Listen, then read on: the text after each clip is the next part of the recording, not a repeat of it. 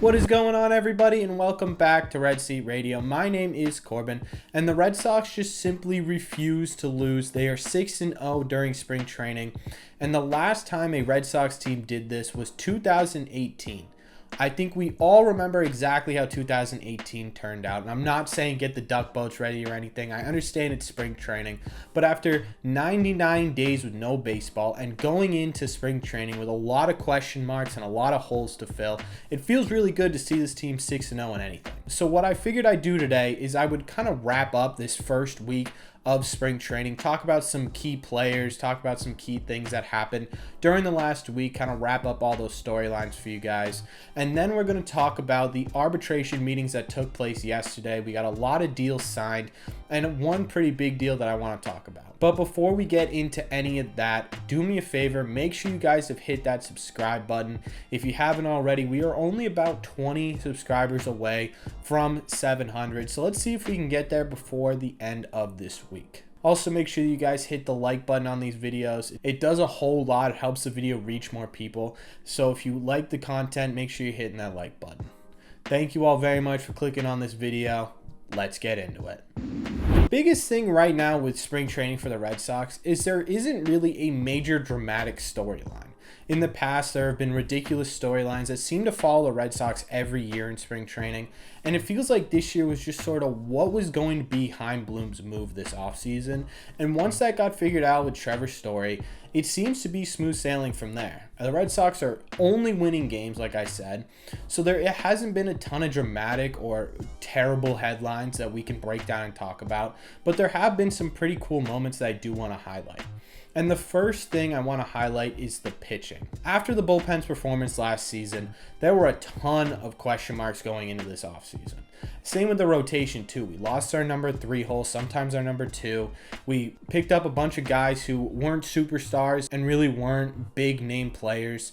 And there were a lot of fans, including myself, who didn't love the rotation of the bullpen going into this year. The pitching so far in spring training, and I know it's not facing hitters that are 100% all the time, has been pretty damn good. You've got Whitlock and Barnes, who made their first appearances yesterday, and Whitlock kind of had a shaky start but ended up being able to put it together, and Barnes looked really good on the mound. He was throwing about 93 to 95 fastballs. He got 3 straight outs, and again, I'm going to say this 100 times because I know there's going to be people in the comments being like, but Corbin, it's spring training. I understand it's spring training. I get that. I'm not saying he's going to go in there and be a Cy Young candidate. But what I'm saying is Barnes going in there and looking really good has to be a bit of a confidence boost going into the season.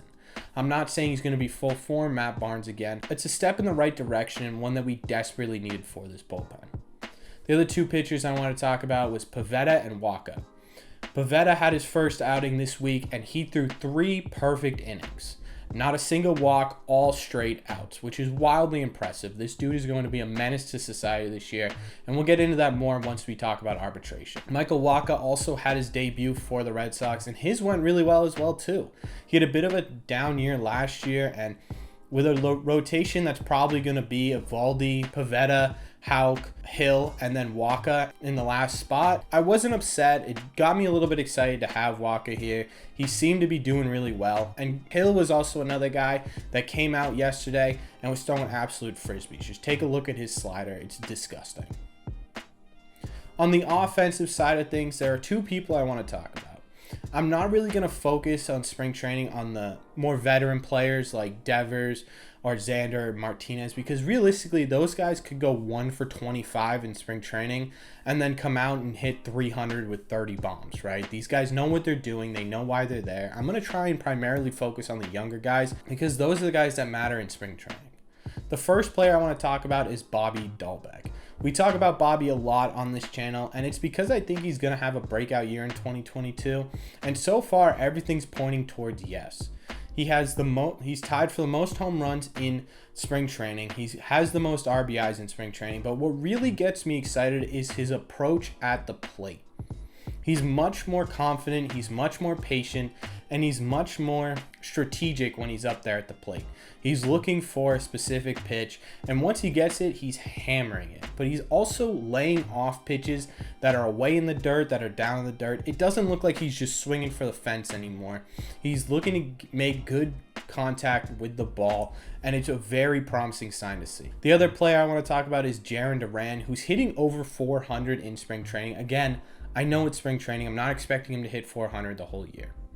But his mindset, in my opinion, is much better. There was an interview that aired during one of the spring training games where he talked about the fact that when he came up to the majors last year, he was a little bit stiff. He was taking it too seriously. He didn't want to be himself because he didn't want to make the wrong name for himself in the Red Sox clubhouse. And he's taken a different approach this year. He's being more comfortable. He's playing the game that he loves. He's going to enjoy it more. And obviously, it's going to help regardless. I think in any profession, anywhere, if you are enjoying what you're doing, you're going to be better at it. He also did some tweaks to his stance where he's got his shoulders real low now when he swings, and it seems to be working okay right now. Not sure how that translates to the regular season, but I do hope he brings that mentality into the regular season. There were also a couple of minor league players I want to talk about, Christian Koss and this guy Fitzgerald. And the main reason I want to talk about Fitzgerald is because I just want to show this clip of Kevin Youkilis getting super excited when this guy Fitzgerald hits a home run. He really only needs 5 letters in his name. But besides that, he has been really good. Him and Koss have been fantastic at the plate. Koss had a two home run game, including a walk-off.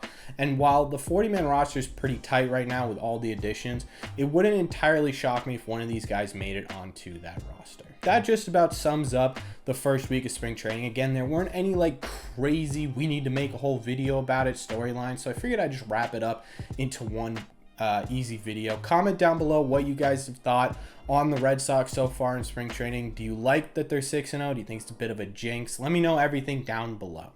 Let's move on to these arbitration hearings that happened yesterday. I misspoke right there. They are not arbitration hearings. This was a contract to avoid arbitration hearings, and we got 4 major players taken care of.